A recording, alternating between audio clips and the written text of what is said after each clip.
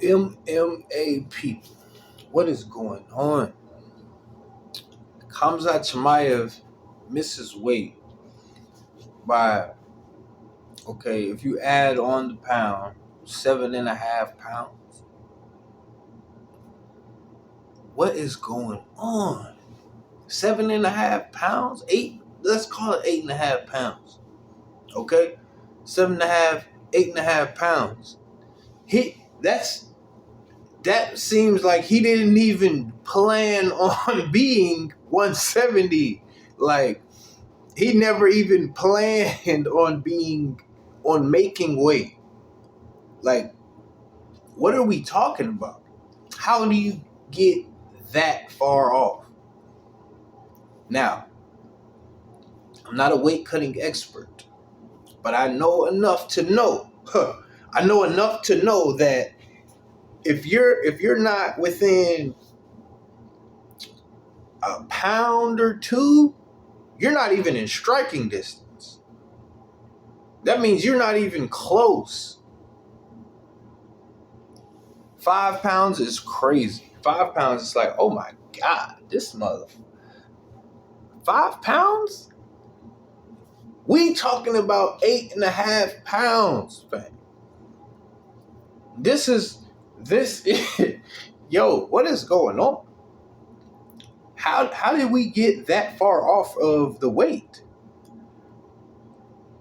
Now, another thing which I don't understand, how's come there's no backup fighter for this fight? Which I didn't really notice until now. But why is there no backup fighter? There should be a backup fighter for this. And had there been a backup fighter, I'm sure there'd be no excuse to go on with this fight. With Khamzat, I mean, he would be replaced. This is ridiculous. Nate Diaz is in a crazy situation right now. And I think that the odds are about to go even further in favor of Khamzat. Just an assumption. Nate did look good, though, in the weigh-ins.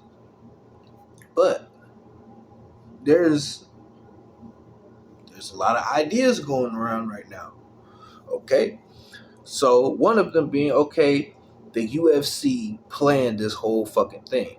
And they told Khamzat not to make weight and to come out here and try to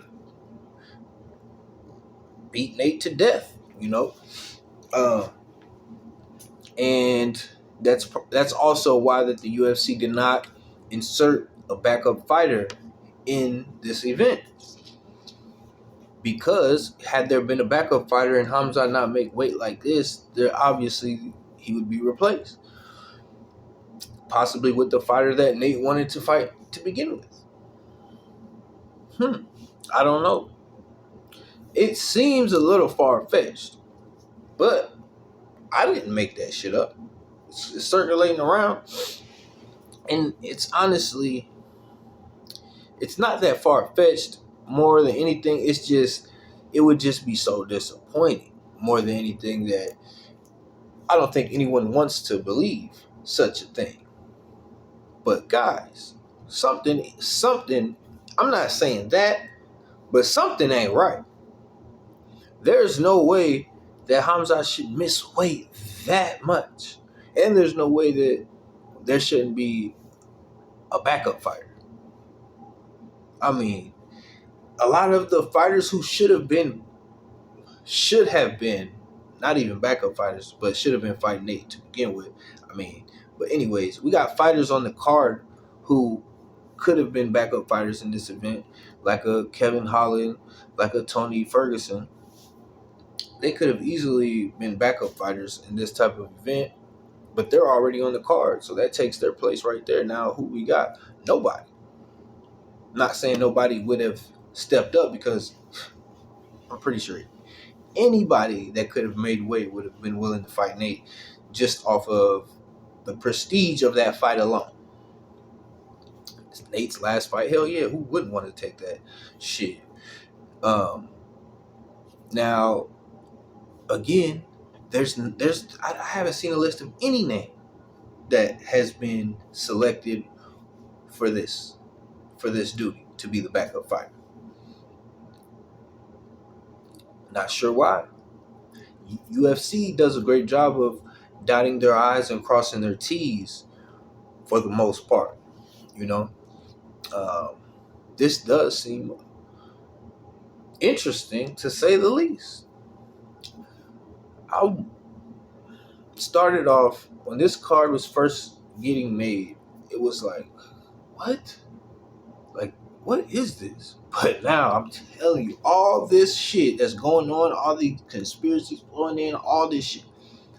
I'm getting this fight, which I get most of them anyways. But I'm tuning in, and I'm telling you, reaction video coming soon in Stockton after UFC 279, and my pick has not changed, and I'm looking forward to this event, man.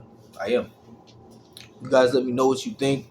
If you guys got any more information that I haven't come across yet, as far as what's going on with all this, go ahead and put it in the comments. Subscribe. MMA House on MMA Block, and we in the middle of MMA Ville. And yes, we keep it real.